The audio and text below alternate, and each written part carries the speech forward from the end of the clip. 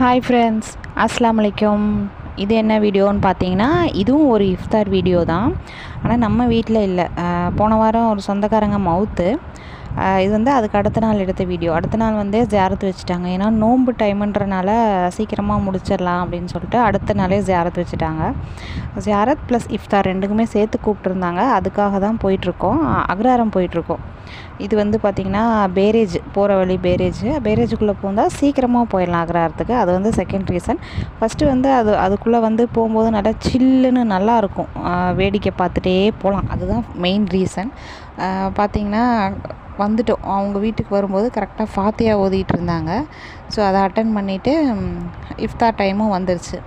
இஃப்தாருக்கு பார்த்திங்கன்னா நோன்பு கஞ்சி அங்கே வந்து 2-3 பள்ளிவாசல் இருக்குது. ஸோ எல்லா பள்ளிவாசல்லையும் கஞ்சி வாங்கிட்டு வந்துட்டாங்க. நல்லா இருந்துச்சு. ஒன்று ஒரு டிஃப்ரெண்ட்டாக இருந்துச்சு டேஸ்ட்டு. அதுக்கப்புறம் ஃப்ரூட்ஸு, வடை, ரஸ்னா இதெல்லாம் வச்சுருந்தாங்க. எல்லாமே வச்சு நோன்பு திறந்துட்டு மஹ்ரீஃபும் தொழுது முடிச்சிட்டோம். தொழுது முடிச்சதுக்கப்புறம் சூடாக ஒரு டம்ளர் டீ கொடுத்தாங்க. அதையும் குடிச்சிட்டு கொஞ்சம் நேரம் பேசிகிட்டு இருந்துட்டு பார்த்திங்கன்னா கிளம்பிட்டோம். இது என்னன்னு பார்த்தீங்கன்னா, நான் வரும்போது சொன்னேன் இல்லையா பேரேஜுன்னு சொல்லிட்டு, அந்த வழி தான். அது பார்த்திங்கன்னா இந்த பிரிட்ஜில் மட்டும்தான் வெளிச்சம் இருக்கும். அதாவது அந்த லைட் வச்சுருக்கறனால அந்த வெளிச்சம் இருக்கும். இந்த பிரிட்ஜை கிராஸ் பண்ணிட்டோம்னா சுத்தமாக கும்முன்னு ஆயிரும். சுத்தமாக வெளிச்சமே இருக்காது.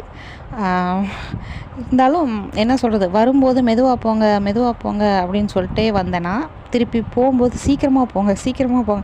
சுற்றி எங்கே பார்த்தாலும் இருட்டாக இருந்துச்சா, இருந்தாலும் அப்பப்போ ஒரு வண்டி கிராஸ் ஆச்சு. அதனால் கொஞ்சம் பரவாயில்ல. ஒரு வழியாக சீக்கிரமாக வீட்டுக்கும் வந்துட்டோம்.